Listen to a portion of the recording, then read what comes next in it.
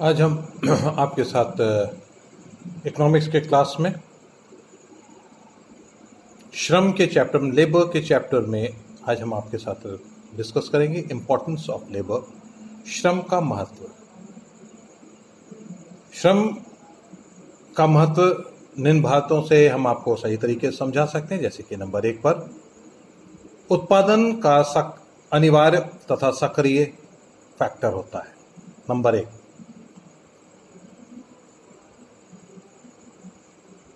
अगर हमको किसी चीज का उत्पादन करना है तो बिना श्रम के हम नहीं कर सकते। भूमि भी है, पूंजी भी है, ठीक है, लेकिन वो स्वयं कोई उत्पादन नहीं कर सकती जब तक उसके साथ, भूमि और पूंजी के साथ श्रम ना जुड़े। क्योंकि जैसा कि हमने आपको पहले भी बताया था कि कैपिटल और लैंड, ये दो ऐसे फैक्टर हैं जो कि निष्क्रिय होते हैं, वो सक्रिय नहीं होते। और ये जो निष्क्रिय फैक्टर्स हैं, ये जब तक श्रम इसके साथ न जुड़े तब तक ये कोई भी प्रोडक्शन को नहीं कर सकते हैं।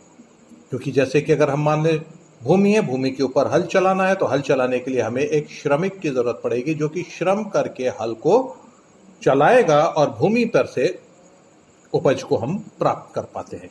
या कारखाने में अगर मशीन रखी है तो कारखाना भूमि पर है और वहां पे मशीन है, लेकिन अगर वहां पे श्रम ना हो, यानी श्रमिक ना हो, स्किल्ड लेबर ना हो, मशीन ना चले,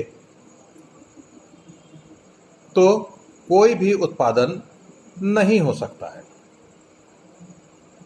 तो उत्पादन का ये अनिवार्य और सक्रिय उपादान है।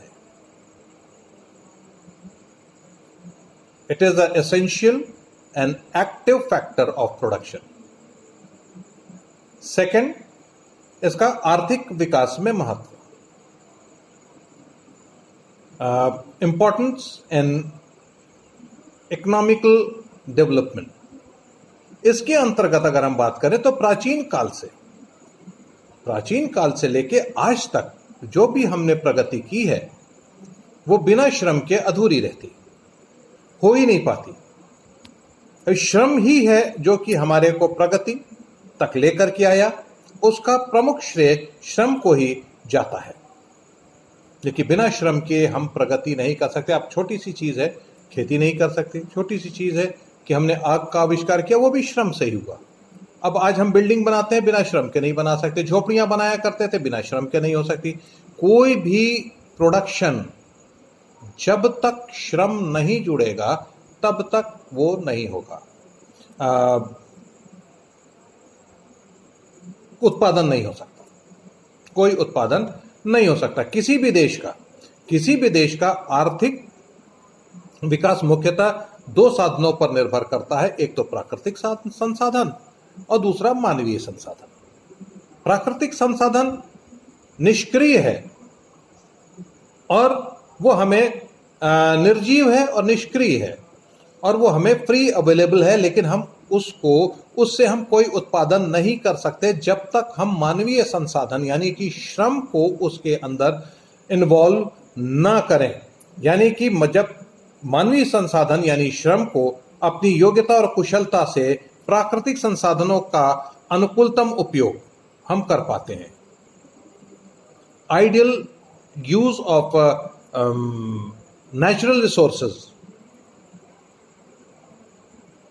हम तभी कर पा सकते हैं जब तक हम मानवीय संसाधन यानी कि ह्यूमन रिसोर्सेज, जिसको कि हम श्रम कहते हैं, वो उसमें जो कि एक कुशल और योग्यता के साथ हम कार्य करते हैं और हम तब उसका उपयोग करके देश को तीव्रता के साथ आर्थिक विकास किया जा सकता है। उस देश का तीव्रता के साथ आर्थिक विकास किया जा सकता है। और फिर आधुनिक युग में भी बड़ी बड़ी मशीनों को चलाने के लिए योग्य तथा प्रशिक्षित कर्मचारियों की आवश्यकता पड़ती है। अगर वो स्किल्ड नहीं है तो मशीन्स नहीं चला सकते। अब छोटी सी चीज ले देते हैं, कोयला है जो कि प्राकृतिक संसाधन है और उसके थ्रू हमको कई एक प्रोडक्शन हम करते हैं, लेकिन कोयले को निकालने के लिए हमें खदान खोदनी पड़ेगी। खदान खोदने के लिए मशीन चाहिए और मशीन को चलाने के लिए श्रम चाहिए, श्रमिक चाहिए जो कि दक्ष होते हैं इस कार्य को करने में। तभी उसको हम नीचे तक हम जा पाते हैं और उसके अंदर से कोयला निकालने के लिए भी दक्ष हमारे श्रमिक होते हैं जो श्रम करते हैं अंदर उतर करके और कोयले के खदान से कोयला निकाल करके बाहर लेकर के आते हैं। और फिर हम उन प्राकृतिक संसाधनों का उपयोग किसी भी चीज के प्रोडक्शन के लिए हम कर सकते हैं। ये तो हमने आपको एक छोटा सा आपको कोयले का उदाहरण दिया। उसी तरीके से कई एक प्राकृतिक गैस हैं, आपके जेट्स हैं और भी आपके कई एक चीज़ें हैं जो कि ज़मीन के अंदर से निकाली जाती हैं। और उन सब को निकालने के लिए जब तक हम श्रम का इस्तेमाल नहीं करेंगे तब तक वो हमें प्राप्त नहीं हो सकता है। उसके बाद फिर आता है आविष्कार तथा अनुसंधान में महत्व। हम कोई भी आविष्कार, कैसा भी आविष्कार क्यों ना हो, हम तभी कर सकते हैं जब हम बड़ी और आधुनिक मशीनों, जैसे सपोज करिए कि अगर हम कोई भी हम क्या कहते हैं आविष्कार करने जा रहे हैं तो उसके लिए हमको स्किल्ड वर्कर्स की आवश्यकता होती है, दक्ष कर्मचारियों की आवश्यकता होती है। जब तक वो नहीं होंगे तब तक कोई भी आविष्कार या अनुसंधान हो नहीं सकता। जैसे कि अब आप मान लेते हैं कि बड़ी आधुनिक मशीनों का आविष्कार एवं निर्माण तथा नई नई उत्पादन विधियों व के अनुसंधान के लिए कुशल व प्रशिक्षित श्रमिकों का महत्वपूर्ण योगदान होता है। फिर नई मशीनों के संचालन तथा आधुनिक विधियों का प्रयोग करके श्रमिक ही उत्पादन में वृद्धि करते हैं।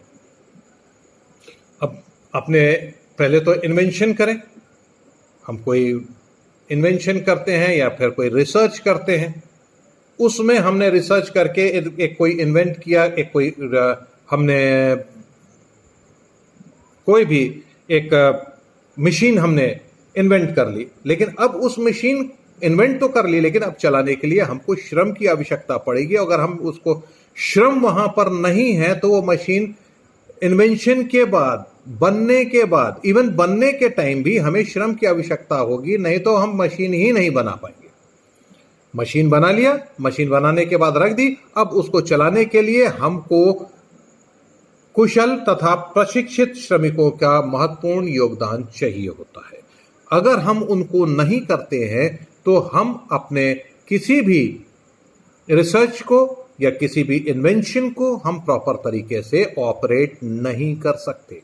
तो श्रम की आवश्यकता अनिवार्य है। इसका यह महत्वपूर्ण महत्व है उसका कि श्रम के बगैर हम कोई भी इन्वेंशन या रिसर्च वर्क नहीं कर सकते। और अंत में चौथा है, श्रम उत्पादन का साधन तथा साध्य दोनों है। यानी कि लेबर जो है वो मीन्स भी है और एंड भी है, क्योंकि श्रमिक वस्तुओं का केवल उत्पादन ही नहीं करते वरन उनका उपयोग भी करते हैं। और जब कोई भी श्रमिक उसका उत्पादन करे और उपयोग भी करे तो वो उसका साधन भी है, बनाने का साधन है। बिना श्रमिक के कोई चीज बनेगी नहीं, तो वो साधन हो गया, और जब वो उसका उपयोग करता है तो वो साध्य हो गया। इसी तरह से अतः जब श्रमिक की संख्या पर ही विभिन्न वस्तुओं के बाजार का क्षेत्र निर्भर करता है, क्योंकि श्रमिक उत्पादन के साधन होने के साथ साथ उपभोक्ता या साध्य भी होते हैं। कितने लोग उस उत्पादन में शामिल हैं और कितने लोग उसका उपयोग करना चाहते हैं या उपयोग करते हैं, ये इसके ऊपर निर्भर करता है कि कितना हमने उत्पादन किया। और ये उत्पादन श्रमिक के द्वारा ही होता है, यानी श्रम के द्वारा होता है। और ये जो श्रमिक उत्पादन करते हैं वो भी, हम तो करते ही करते हैं उपयोग, वो भी उसका उपयोग करते हैं। टूथब्रश है, टूथपेस्ट है, साबुन है, इस तरह की जो कंघी है, आईना है, ये सब वही बनाते हैं, लेकिन उसका वो इस्तेमाल भी करते हैं। जब वो जो बनाते हैं वही इस्तेमाल भी करते हैं तो वो किसी भी उत्पादन का वो साधन भी है और वही उस उत्पादन के साध्य भी हैं।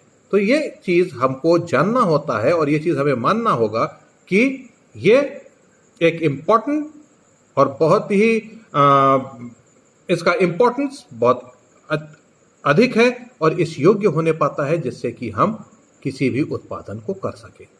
आज आपके लिए श्रम का ये चैप्टर समाप्त होता है। कल हम आपको लेबर डिवीजन के बारे में बताएंगे। आज के लिए इतना काफी, बाकी का कल के